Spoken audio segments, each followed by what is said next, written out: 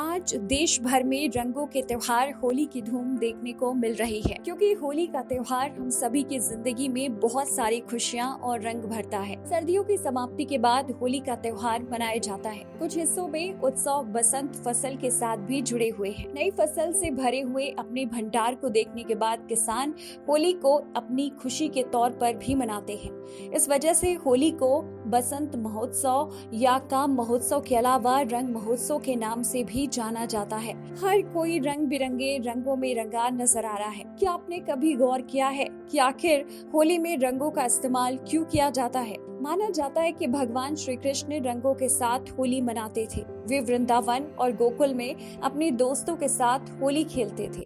यही वजह है कि आज तक वृंदावन में होली का उत्सव देखते ही बनता है।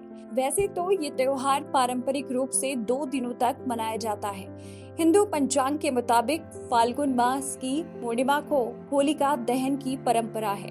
फिर अगले दिन होली मनाई जाती है। होली का त्योहार मनाने के पीछे क्या कुछ वजह है वो आपको बताते हैं। कहते हैं सतयुग में हिरण्यकश्यप नाम का राजा था। उन्होंने खुद को इतना शक्तिशाली बना लिया कि खुद को भगवान समझने लगे थे। पूरे राज्य में खुद को भगवान कहने का अधिकार जमाते थे और इस घमंड को दूर करने के लिए भगवान विष्णु ने नरसिंह का अवतार धारण कर हिरण्यकश्यप का वध किया था। हिरण्यकश्यप ने अपने पुत्र भक्त प्रहलाद को मृत्यु दंड देने के कई उपाय किए थे। हिरण्यकश्यप की बहन होलिका द्वारा प्रहलाद को गोद में लेकर जलाने की कोशिश की गई थी, लेकिन होलिका खुद जल गई और भक्त प्रहलाद बच गए।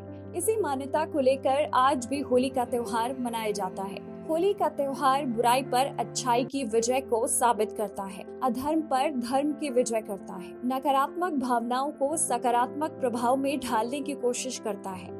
वैसे तो होली का त्योहार अलग अलग प्रदेशों में अलग अलग तरीके से मनाया जाता है, लेकिन फिर भी कुछ जगहों की होली कुछ ज्यादा ही आकर्षक होती है और लोगों की निगाहें इन पर टिकी होती हैं। इनमें से ब्रज की होली, मथुरा की होली, वृंदावन की होली, बरसाने की होली और काशी की होली पूरे भारत में मशहूर है। माना जाता है कि द्वापर युग में भगवान श्री कृष्ण ने श्री राधा और गोपियों के साथ लठमार होली खेली थी और तभी से होली मनाने की परंपरा शुरू हो गई। होली का जिक्र हो और बरसाने की लठमार होली का जिक्र ना हो, ऐसा तो बिल्कुल नहीं हो सकता। बरसाने की लठमार होली देश और दुनिया में काफी प्रसिद्ध है। फाल्गुन मास की शुक्ल पक्ष की नवमी को बरसाने में लठमार होली मनाई जाती है और नवमी के दिन यहाँ का नजारा देखने लायक ही होता है। यहाँ लोग रंगों, फूलों के अलावा डंडों से होली खेलते हैं। धार्मिक मान्यता है कि बरसाना में राधा जी का जन्म हुआ था। फाल्गुन मास की शुक्ल पक्ष की नवमी को नंदगांव के लोग होली खेलने के लिए बरसाना गांव जाते हैं, जहां पर होली खेली जाती है और उसके बाद फाल्गुन शुक्ल की दशमी तिथि पर रंगों की होली खेली जाती है। लठमार होली खेलने की परंपरा भगवान श्री कृष्ण के समय से चली आ रही है। ये भी कहते हैं कि भगवान श्री कृष्ण अपने दोस्तों संग नंदगांव से बरसाना जाते हैं। बरसाना पहुंचकर वे राधा और उनकी सखियों संग होली खेलते हैं।